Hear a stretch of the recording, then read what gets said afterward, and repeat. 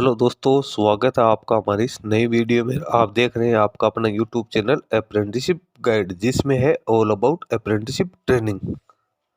दोस्तों, Indian railway की एक और आरआरबी की ओर से बड़ी रिक्रूटमेंट है वो निकल के आ चुकी है अप्रेंटिसशिप की। जी हाँ दोस्तों, ये रिक्रूटमेंट निकल गई है railway recruitment cell north central railway Prayagraj की ओर से।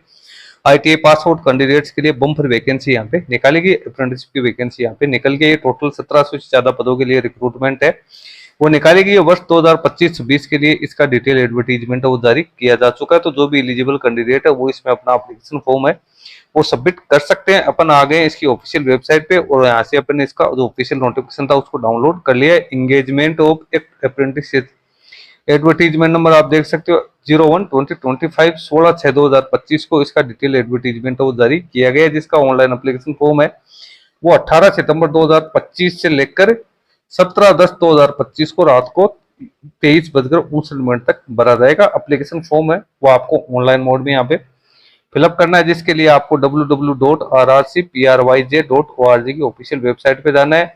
यहाँ पे कैंडिडेट को सबसे पहले तो अपनी वैलिड पर्सनल ईमेल आईडी से अपने जो अकाउंट क्रिएट करना है, उसके बाद में कैंडिडेट को अपना एप्लीकेशन फॉर्म है वो सबमिट करना है। वैकेंसीज की बात करें तो टोटल 1763 पदों के लिए यहाँ पे रिक्रूटमेंट है वो निकल के आई है।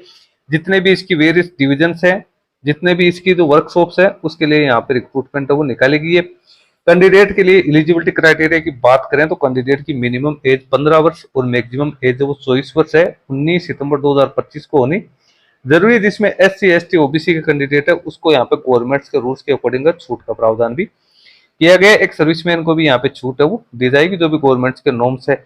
अब डेट ऑफ बर्थ है कब से कब के बीच में होनी जरूरी है तो वो आप देख सकते हो। अनरिजर्व कैटेगरी के लिए 16/9/2001 से 16/10/2010, SC और ST के लिए 16/9/1996 से लेकर 16/9/2010 और OBC के लिए 16/9/1998 से 16/9/2010 के बीच में एजुकेशन क्वालिफिकेशन होनी जरूरी है। इसके साथ ही कैंडिडेट है 10+2 एग्जामिनेशन सिस्टम में 10th पास आउट होने के साथ साथ कैंडिडेट के पास में NCVT या SCVT का सर्टिफिकेट होना जरूरी है। मिनिमम 50% मार्क्स तो वो कैंडिडेट के पास में यहाँ पे होने जरूरी है 10th में।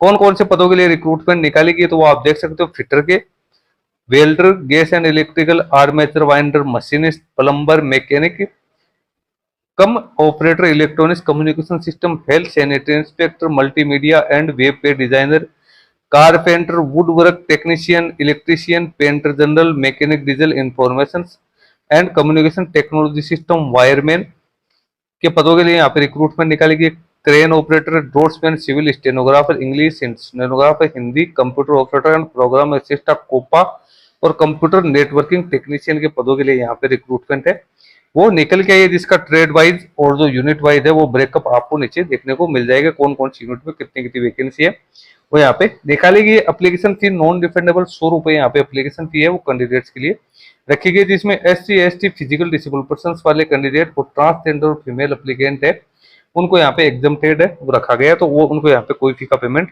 नहीं करना है। उसके बाद है एप्लीकेशन फॉर्म आपको इसकी ऑफिशियल वेबसाइट के माध्यम से फिलअप करना है।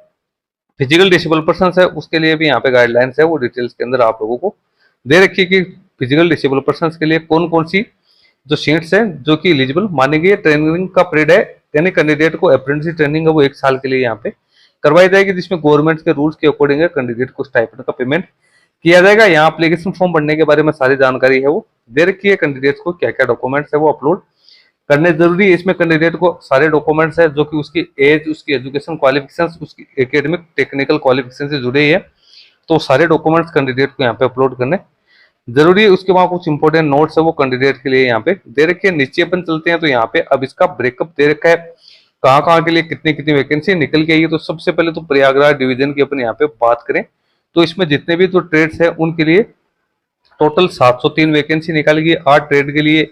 उसके बाद झांसी डिवीजन की बात करें तो झांसी डिवीजन के अंदर भी यहाँ पे है वो 497 वैकेंसी है वो निकाली गई। उसके बाद headquarter north central railway Prayagraj है तो उसके अंदर 32 वैकेंसी है। वर्कशॉप झांसी की बात करें तो इसमें 235 वैकेंसी है।